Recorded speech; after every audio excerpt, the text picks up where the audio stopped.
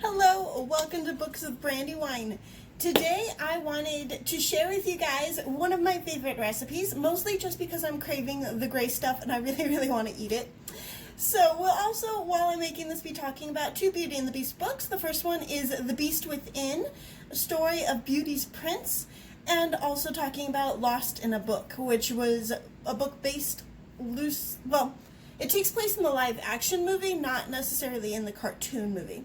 So first, the ingredients for the gray stuff. We need the, I'm using the cheesecake pudding. The recipe actually called for the vanilla pudding, but it required this size, and I didn't see any that were in this size besides cheesecake. So I've made this before and I love the taste of it, but I'm gonna see, maybe with the cheesecake it'll be a little richer. We'll see. And then you need 2 tablespoons of the chocolate pudding.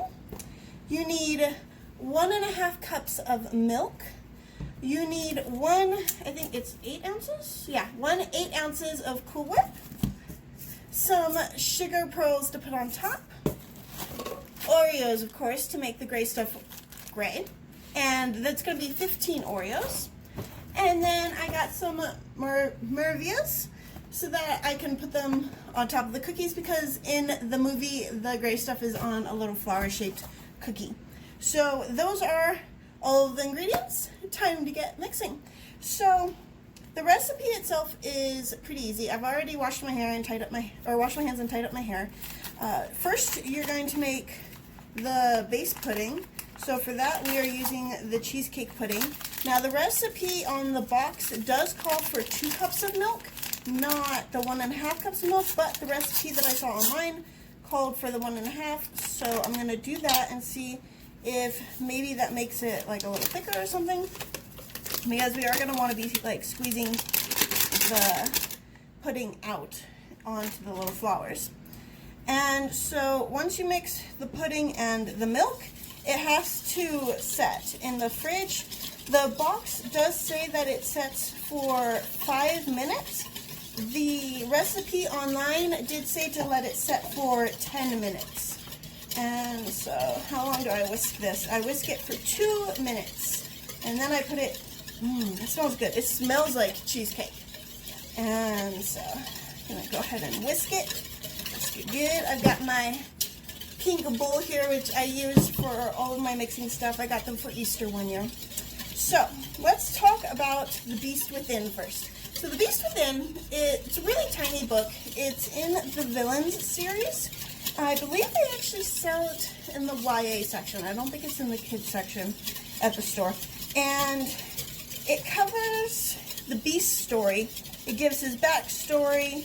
I don't remember it really following too much like into the movie, but it definitely was his backstory.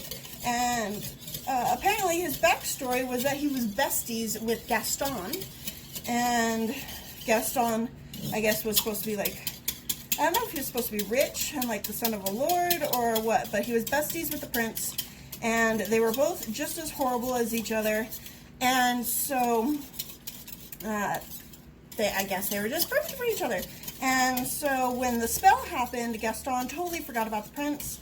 And I don't know, I really did not like that they were best friends. Like, I thought that was really weird, especially considering the Beast and Gaston end up fighting at the very end. Like, I thought that was a little weird to have them be best friends. Overall, I just didn't care for that book too much. But that seems to be one of my problems with Beauty and the Beast books, and I will explain that in just a moment. I'm going to go put this in the fridge where it will set for 5 to 10 minutes, and while it's setting, I'm going to go ahead and crush up these Oreos. Normally, I would crush them up with a rolling pin and squish them. Sorry, I'm all sweaty. It's like 102 degrees right now. But normally, I would squish them, but I want it to be super, super fine for when I mix it in with the pudding. So I'm going to go ahead and put it in our coffee grinder and grind up those Oreos. I will see you guys soon. Alright, so the pudding has been sitting in the fridge for over the 10 minutes. It did take me over 5 minutes to crush up all of the Oreos, but I was able to crush them up into a nice fine powder. So we're going to mix those Oreos in with the pudding now, and then we'll also be mixing in the 2 tablespoons of chocolate and we're going to be folding in the Cool Whip. So I got my whisk to try and mix in. See how it's like very much a powder now. Put in a little bit at a time and mix it up. You can see as you start mixing it, it's already starting to turn into a gray color. I'm wondering if this might be too many Oreos, but we will find out. So the problem that I have with like the Beauty and the Beast books is, like you guys all know, I love fairy tale retellings, like so much.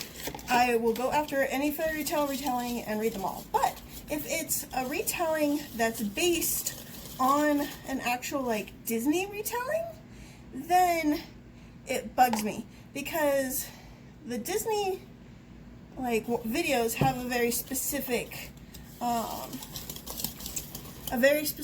storyline and a very specific way it's supposed to go, and if it gets messed up, it really bugs me. Whereas if it's just a fairy tale retelling, then it's just like they're taking the basics of the fairy tale, like say the Cinderella fairy tale, and mixing that into a storyline like the Bella Enchanted, and it doesn't bug me, but the Disneyland ones do. So the two books, Lost in a Book and Beast Within, really bug me because they differ from the actual, well, from the Disney versions. So I mixed in all of the Oreos with the pudding, and you can see it's a really, really dark color now. I'm going to go ahead and mix in those 2 tablespoons of the chocolate pudding. Should give it a little bit of a chocolatey taste, but also probably darken it some more. So I've got the 2 scoops. And then you can use the rest of the powder later to make chocolate pudding. Maybe make some dirt pudding, mix in some worms. Alright, so mixing in the chocolate pudding. So have a nice chocolatey taste. Okay, so we got that mixed in, so you see how dark it is now. Now we're going to fold in the Cool Whip. And I actually got a spoon to do that, to try and fold it in, although I might end up using that whisk again. So with this, so I didn't really enjoy A Beast Within for that reason, because they did change it to make Gaston and Beast best friends, and it really bugged me. It is a very, very short story though, and I did love the velvety color. The second book, Lost in a Book, takes place in the live action version of Beauty and the Beast, not the cartoon version. So there were definitely things that they changed in the book that were actual scenes in the movie to try and make it fit the storyline of the book. I have only seen the live action Beauty and the Beast once, so okay, yeah, I'm gonna have to switch to the whisk. This just isn't gonna work. So for all I know, the version of the Beauty and the Beast story that is in apparently I can't stare and think at the same time, that is in Lost in a Book, changes the scenes that they do have that are from the movie, and they changed it to try and make like the Beast seem meaner, and to try and like have the reasons that she goes into this book world like make more sense. And I really didn't like that, because they changed what was in the original story. And admittedly, I think if I hadn't kept comparing it to the story that I knew, that I would have enjoyed the book a lot more. If you're not familiar with the storyline of Lost in a Book, basically Bella is trapped in the castle, and she goes into the library, so obviously it takes place after he has already given her the library, and she finds this magical book, and the book has been placed there by, I believe it was Death, because I think it was like Life and Death were like the 2 new characters that were interacting with each other. And she finds this book, and like I think like Life made a bet that they were gonna, Beast and Belle would fall in love, and like Death was trying to keep it from happening. And so in this magical world, like she's made to feel like she's more welcome and everything, and of course like everything's not as it seems.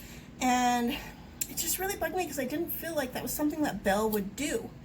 Like I didn't feel like Belle would fall for this fake world that was made to look like this perfect place where she could have adventures and stuff.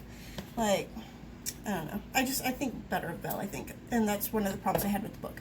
But I think the book would have been good if like I said, I hadn't been comparing it to the movie because it was interesting and it was a really good story.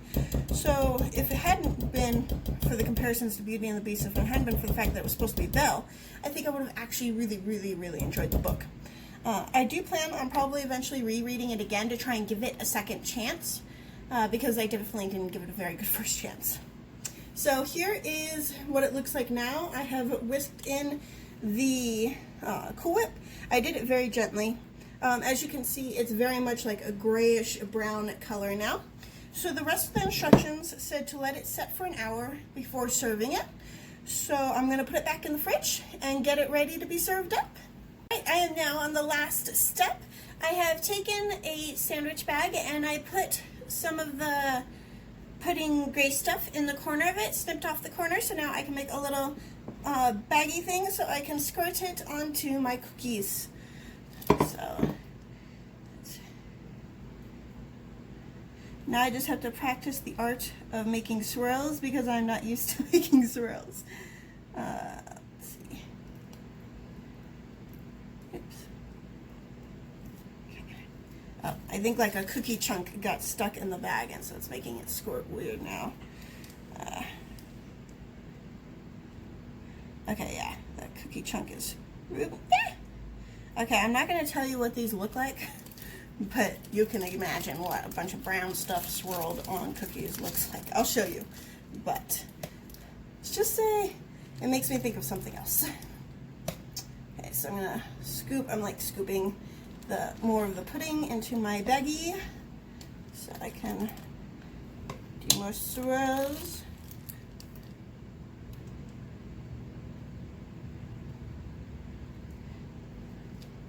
And then after I've got all my swirls, I gotta put some pearls on top.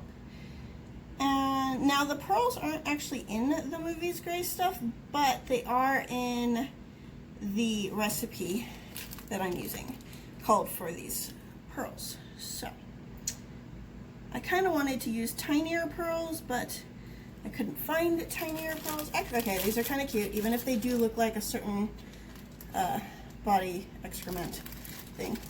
Maybe that's what the pearls are for, to make it look more appetizing. So as far as the two books go, I definitely, like, they weren't my favorite books. I didn't really care for them, but I think if I'd read them under different circumstances, or if they were like the same stories but different character names even, like, I would have enjoyed them more. And I definitely think other people would enjoy them a lot more than I did. So I do still recommend them to anyone that is like a Beauty and the Beast fan and wants to get to read some more Beauty and the Beast stories to expand what is in the movies. I would definitely still suggest reading them. They just weren't my favorites. Okay, so let's put that there. So this is what it looks like so far. This is our delicious gray stuff, and it is delicious. If you don't believe me, ask the dishes.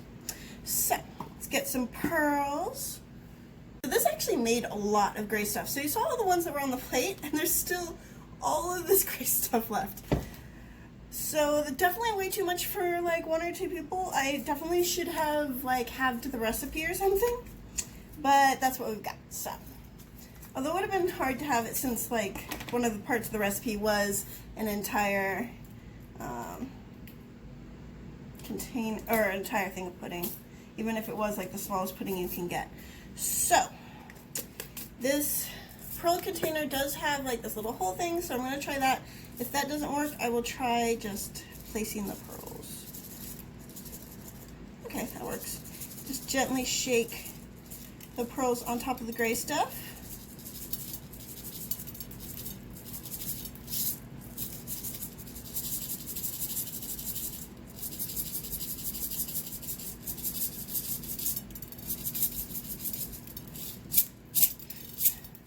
The pearls have a mind of their own and they want to go everywhere, but get these pearls.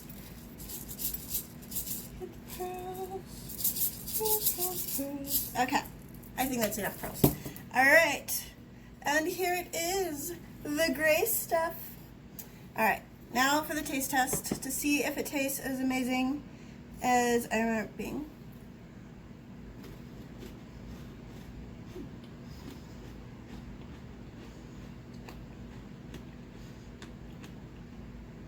So the last time I made it, I didn't put it on top of the vanilla flowers, and I think they actually add like a really good taste to it. It mellows out the chocolate a little bit. And I love like the crunch of the pearls. So, I've got my gray stuff. You guys have to look through these, and